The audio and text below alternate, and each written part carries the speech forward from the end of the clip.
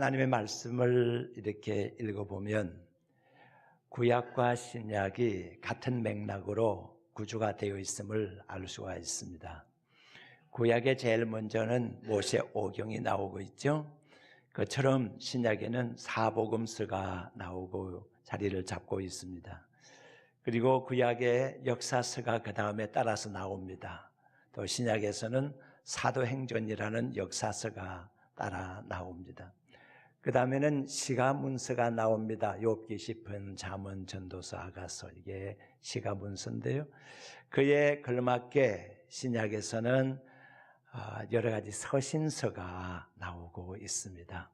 그러고 난 다음에 구약 성경에는 예언서가 이어지게 되는데, 예언서는 우리가 잘 아는 대로 이사야, 예레미야, 에가, 에스겔, 다니엘 같이 5권으로 되어 있는데, 대예언서 그리고 소예언서로 나누어집니다.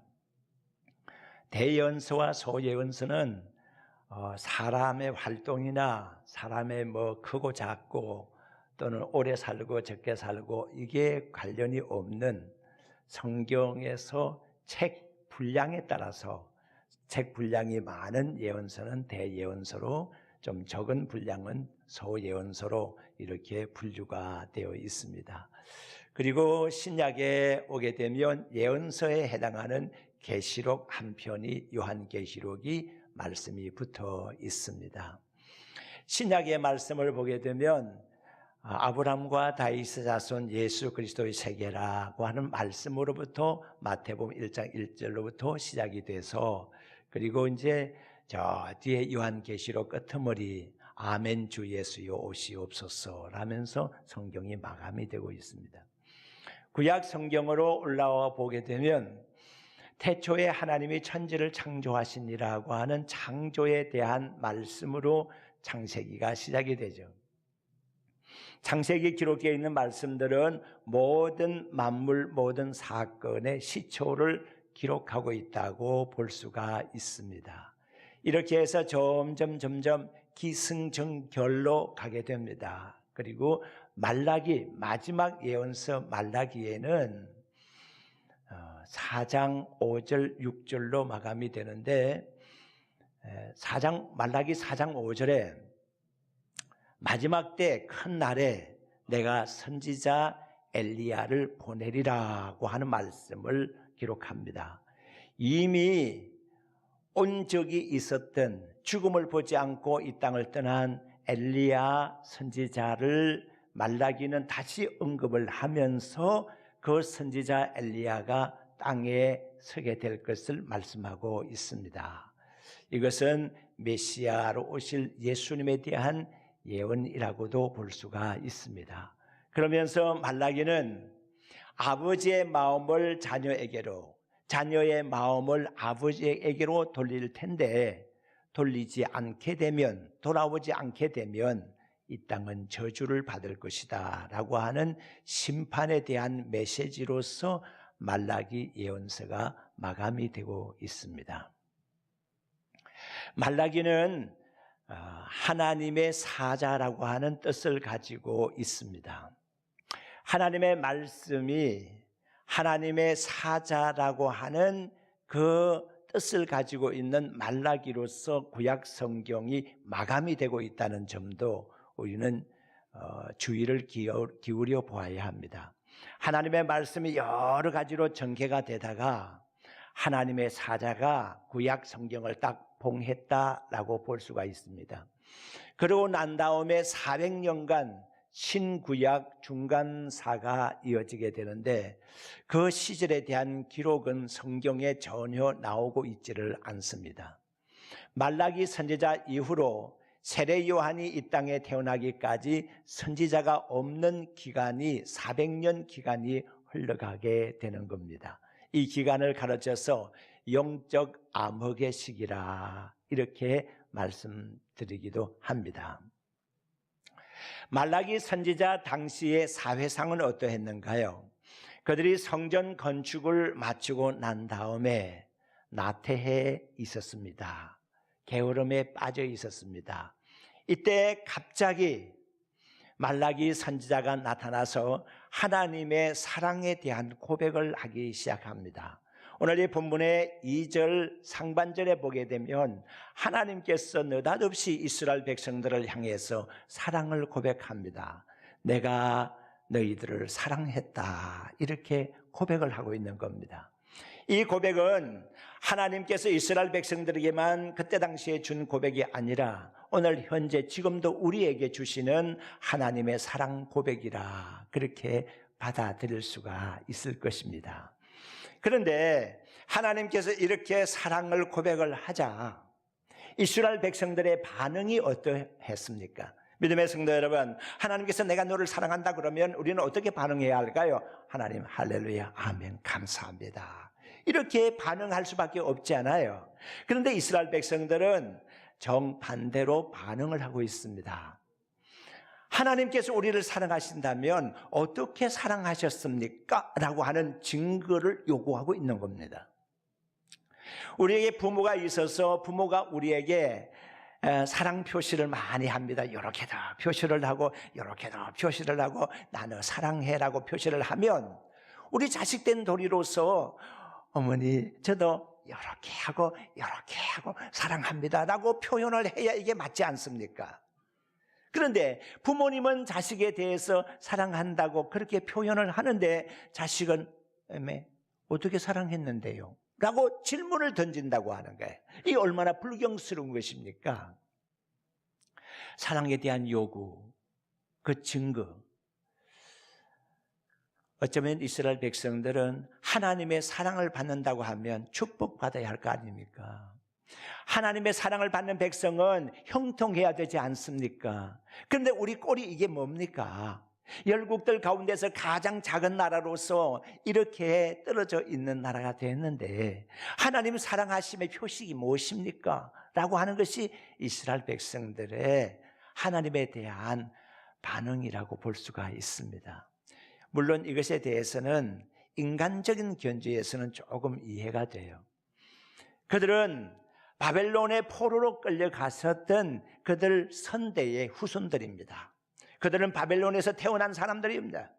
70년 동안 바벨론에 종살이를 했었던 때에 그들은 그곳에서 태어났고 그곳에서 마치 평생토록 살 것처럼 생각을 하면서 거기에서 정착을 하고 있었습니다.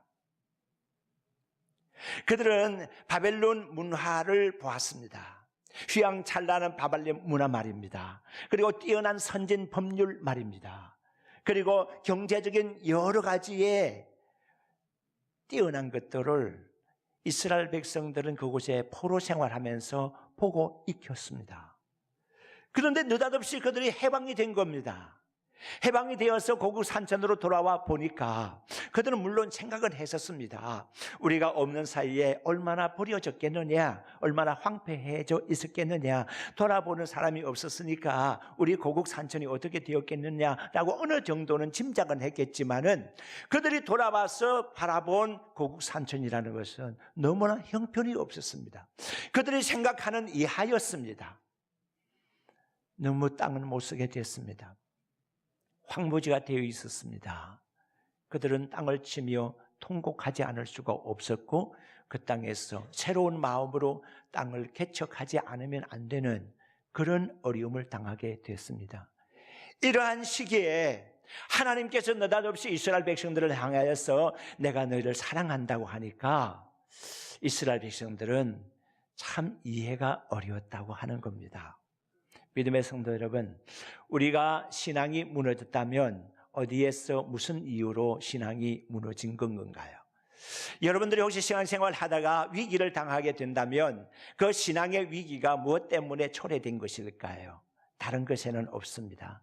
하나님께 대한 신뢰, 하나님께 대한 감사가 없기 때문에 신앙이 무너지게 되는 겁니다. 우리 하나님께서는 우리에게 내가 너의 믿을 만한 아버지가 되겠다. 그리고 하나님께서는 우리에게 내가 너희를 사랑한다. 이렇게 말씀하실 때에 하나님이 우리에게 요청하시는 것이 무엇일까요? 감사를 요청하고 있는 거죠. 하나님 그저 감사합니다. 그런데 우리는 감사를 못하고 있는 거예요. 오늘 이 본문의 말씀 속에서 우리는 부담되는 것을 읽을 수가 있습니다. 1절 말씀에서 보게 되면 여호와께서 말라기를 통해서 이스라엘에게 경고한 하나님의 말씀이라고 하는 것이 1절에 기록되어 있습니다. 경고라고 하는 말 자체가 무거운 짐이라는 뜻을 가지고 있습니다. 지금 예언자들이 하나님의 말씀을 전할 때에 좋은 말씀만 전하는 것이 아니지 않습니까? 희망 있는 말씀만 전하는 것이 아니지 않습니까? 오히려 희망 있는 말씀보다는 심판에 대한 메시지가 더 강하게 나가게 되고요, 사랑한다는 말씀보다는 오히려 너희들 미움받을 짓 하지 말라고 하면서 경고를 주고 있지 않습니까? 그러니까 경고라는 말 자체가 어쩌면 굉장히 무거운 짐이 될 수가 있는 부분이거든요. 예수님께서 이 땅에 오셔서도 부담스러운 일들을 잘 감당해 가셨습니다. 성공하는 인생은요, 우리가 가지고 있는 인생의 부담을 어떻게 짊어지고 가느냐 하는 것이 그게 관건입니다. 나에게 부하되어 있는 나의 권리뿐 아니라 나의 의무를 어떻게 수행하느냐는 겁니다. 내 어깨에 짊어지어져 있는 나의 사명을 내가 어떻게 감당하느냐는 겁니다. 바로 여기에 성공과 실패가 가늠될 수 있으리라고 생각해 볼 수가 있습니다. 우리 예수님께서는 부담스러운 말씀을 하셨습니다. 누가복음 19장 41절 42절의 말씀 보니까 예루살렘을 바라보시며 예수님이 한없이 우셨습니다. 성에 가까이 오사 우시며 이르시기를, 예루살렘아 예루살렘아, 오늘 평화에 관한 소식을 알았으면 좋았을 것을 내게는 감추어졌도다 라고 하는 탄식을 우리 예수님 하시고 계십니다. 이제 예수님이 가시고 난 다음에 얼마 되지 않아서 예루살렘이 회파되실 것을 예수님은 바라보고 계셨던 겁니다. 그리하여 무너져 내릴 예루살렘, 무너져 내릴 이 성전들, 무너져 내리고 그리고 다 붙잡혀 가버리고 포로로 끌려가 버릴 이 땅, 그리고 황폐되어 버릴 이 땅, 로마에 의해서 지배를 받아야 될 이 땅을 생각해 보면서 우리 예수님께서는 눈물로 통곡하신 장면은 굉장한 부담으로 우리에게 다가오게 되는 겁니다. 믿음의 성도 여러분, 우리에게는 혹시 부담되는 것이 없습니까? 간혹 교회에서 이런 말을 듣습니다. 아무개 좀 성가대원 한번 해보시지, 아무개 교회학교 교사 한번 해보시지, 아무개 봉사 좀 해보시지. 그럴 때면 우리는 아주 교만한 척, 아주 겸손한 척 못한다고 그럽니다. 나 같은 사람이 어떻게 교사를 합니까? 나 같은 사람이 어떻게 성가대를 합니까? 나 같은 사람이 어떻게, 나 같은 재주 없는 사람이, 나는 그냥 매주 쓰는 것밖에 모릅니다 라고 할 정도로 이렇게 말할지 모르겠습니다. 그런데 이것은 겸손을 가장한 거절이죠. 그러고 난 다음에 우리에게 남는 것이 무엇입니까? 부담감이 남습니다. 귀에 쟁쟁 울려옵니다. 교사를 해보지, 성가대를 해보지, 봉사 한번 해보지, 방송실에서 일 좀 해보지, 이런저런 말이 내 귀에 남아있고 내 마음속에 부담으로 오잖아요. 이 부담이 되는 것이 무엇입니까? 이게 바로 사명이라고 하는 겁니다. 믿음의 성도 여러분, 우리가 부담을 느끼는 것, 바로 이것이 사명이라는 사실을 깨달으면서 이 사명을 잘 감당할 때에 하나님께서 영광을 거두신다는 사실을 명심하시기를 바랍니다. 우리 예수님 또 부담 가지셨습니다. 겟세마네 동산에서 기도하시면서 아버지, 이 잔을 내게서 지나가게 하옵소서. 우리 예수님께서는 이 잔이 굉장히 부담이 된 것이었습니다. 이 부담스러운 건 누구인들 부담을 가지고자 원하겠습니까? 부담은 벗어버리고자 원하지 않겠습니까? 예수님도 그 부담을 벗고 싶었습니다. 그래서 이 잔이 내게서 지나가게 해 주옵소서라고 하는 부담을 벗고 싶은 마음을 아버지께 토로하고 있지 않았습니까? 그렇지만 우리 주님 말씀하십니다. 아버지의 뜻이라면 이라고 하는 단서가 붙습니다. 아무리 내가 부담을 싫어한다고 해도 아버지의 원하는 것이라면 나는 부담을 짊어지고 가겠습니다 라고 하는 뜻입니다. 전쟁터에 나간 병사가 있습니다. 총알이 빗발칩니다. 어떻게 전쟁터에 나가서 생명을 걸 수가 있겠습니까? 걸리는 부분들이 굉장히 많습니다. 내가 전쟁에 나가서 내가 죽게 되면 어떻게 되느냐? 나를 믿고 살고 있는 처자식이 어떻게 될까? 이 병사는 자기 뒤에 남겨진 처자식을 생각해 봅니다. 아들 편안히 아무 일 없이 돌아오기를 기다리는 부모의 마음, 그 얼굴이 자꾸 떠오릅니다. 그러니까 전쟁터에 나가서 생명을 건다는 것이 얼마나 힘들고 어려운지 모릅니다. 그렇지만은 전쟁터에 나가 있는 이 병사는 노래를 합니다. 전우의 시체를 넘고 넘어 앞으로. 도대체 이 부담을 가지고 나가는 이 병사는 어떤 부담을 가지고 나가는 것입니까? 크나큰 국가와 민족을 위한 부담을 조그마한 가정을 위한 부담 속에 묻어버리고 이제는 큰 부담을 짊어지고 나가는 겁니다. 믿음의 성도 여러분, 우리에게 있는 여러 가지 부담들이 있습니다. 가정에 대한 부담도 있고 나 자신에 대한 부담도 있고 여러 가지 부담이 있습니다. 이 부담 위에 부담, 국가와 민족을 위한 부담이 있을진대는 이 큰 부담이 작은 부담을 집어삼킬 수가 있습니다. 특히 하나님을 섬기는 하나님의 백성들에게 있어서는 하늘나라에 대한 부담이 있습니다. 하늘나라를 전파해야 되고 하나님의 나라에 대한 의무와 권리가 우리에게 있다는 사실을 우리는 기억해야 합니다. 그 하나님의 나라에 대한 이 부담으로 인해서 오늘 우리도 열심히 일해야 될 그 일거리를 찾게 되는 것이지요. 말라기 선지는 바로 이런 점에서 부담을 느끼게 됩니다. 두 번째 우리가 크게 볼 수가 있는 것은 이제 하나님께서 너희를 사랑한다고 하니까 이스라엘 백성들이 어찌 우리를 사랑하십니까? 라는 질문을 던지고 있거든요. 되레 질문을 던졌거든요. 이때 예수님의 대답하시는 말씀은 무슨 대답이었을까요?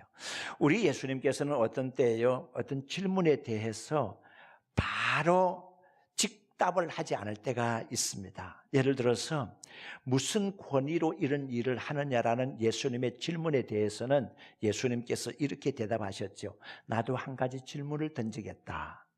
세례 요한의 세례가 하늘로 섰냐 땅으로 섰냐, 이렇게 질문을 행함으로써 우리 예수님 질문을 피해 가셨습니다. 그러니까 질문을 받게 되면 그 질문에 대한 해답으로 즉답할 수도 있겠지만은 그 질문과는 전혀 다르게 다른 질문을 던짐으로써 그 질문을 피해 갈 수도 있는 것이거든요. 바로 이 부분은 여러분들이 이단자들을 만났을 때에 할 수 있는 방법 중에 하나입니다. 이단자들의 질문에 휘말리게 되면 끝이 없습니다. 이단자들의 질문에 대해서 딱 올 때에 그러면 나도 당신들에게 한 가지 묻겠습니다. 예수 그리스도를 압니까? 예수 그리스도를 믿으면 구원입니까? 라고 물으면 됩니다. 그 이외의 것을 말하게 되면 말할 필요가 전혀 없습니다. 그 사람들의 입에서 예수 그리스도가 실패한 누구다라고 얘기하게 되면 당신은 어떻게 그렇게 얘기합니까? 나하고 이야기할 대상이 아니지 않습니까? 가십시오라고 쫓을 수가 있지 않습니까?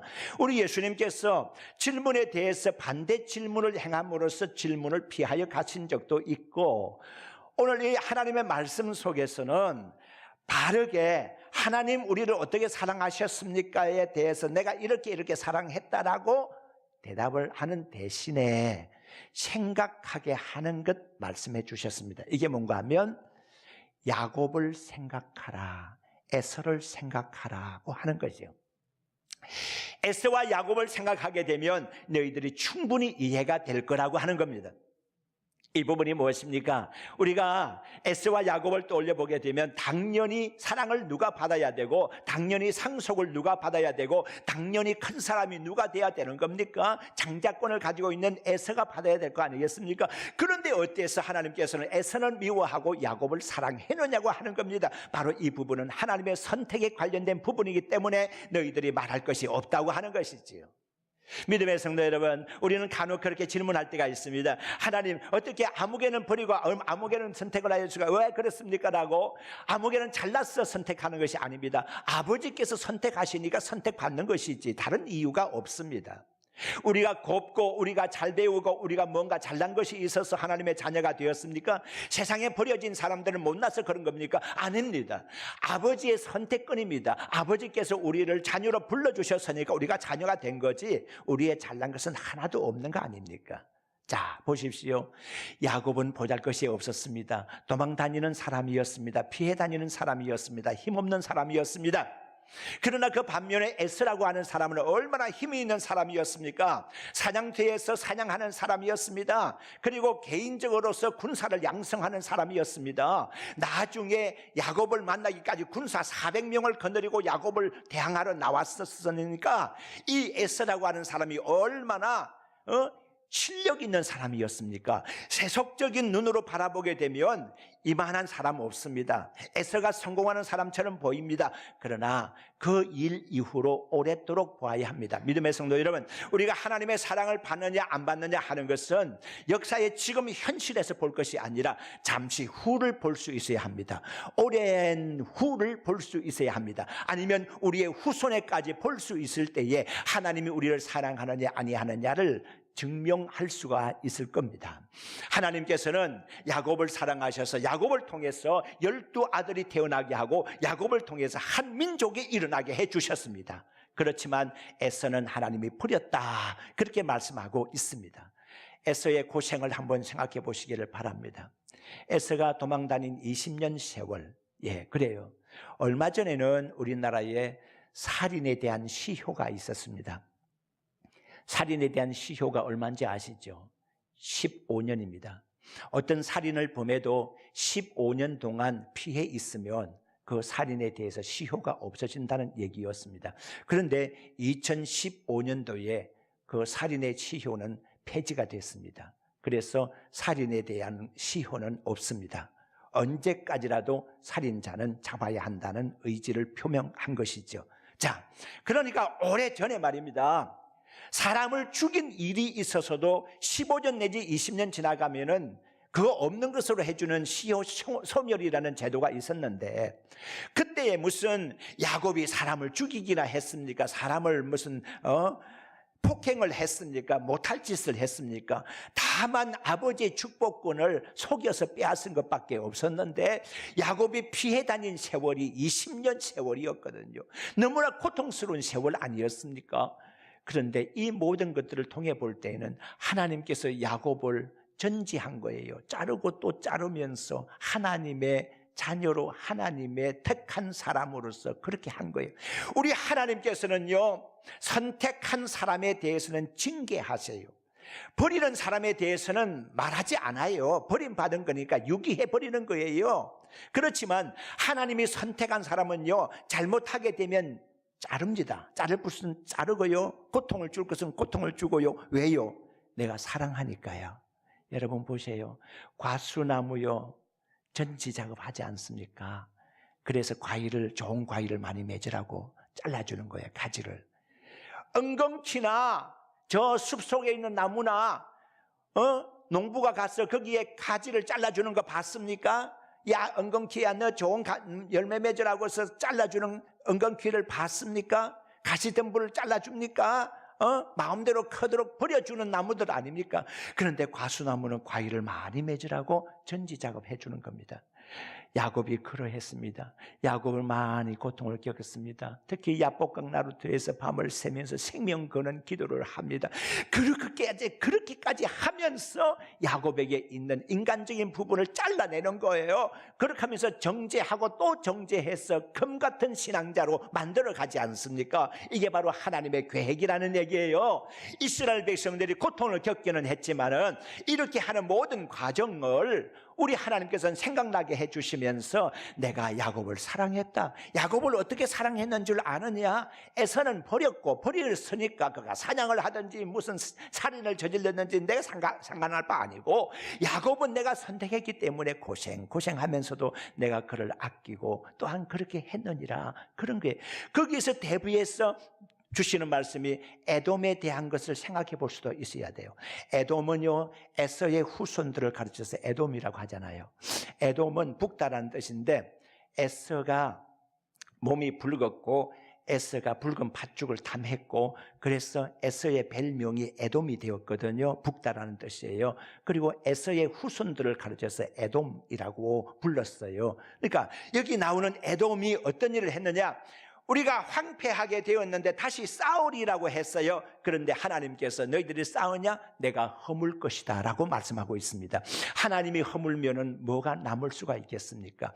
인간적인 생각 가지고 인간적인 노력 가지고서 세우려고 하는 것이 에돔의 재건 작업 아닙니까? 에돔의 재건 작업은 사람의 힘으로 하려는 재건 작업인데 이것은 허물어질 수밖에 없는 겁니다.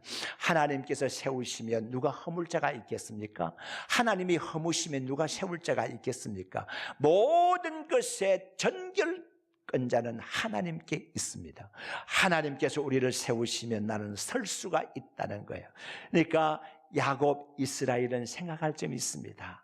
하나님이 우리를 사랑한다고요. 어떻게 사랑했는데요? 그래, 내가 야곱을 사랑하였듯이 너희들도 그렇게 사랑하였느니라고 하는 것이 답입니다. 믿음의 성도 여러분, 우리도 야곱 계열에 속해 있는 하나님의 자녀들입니다.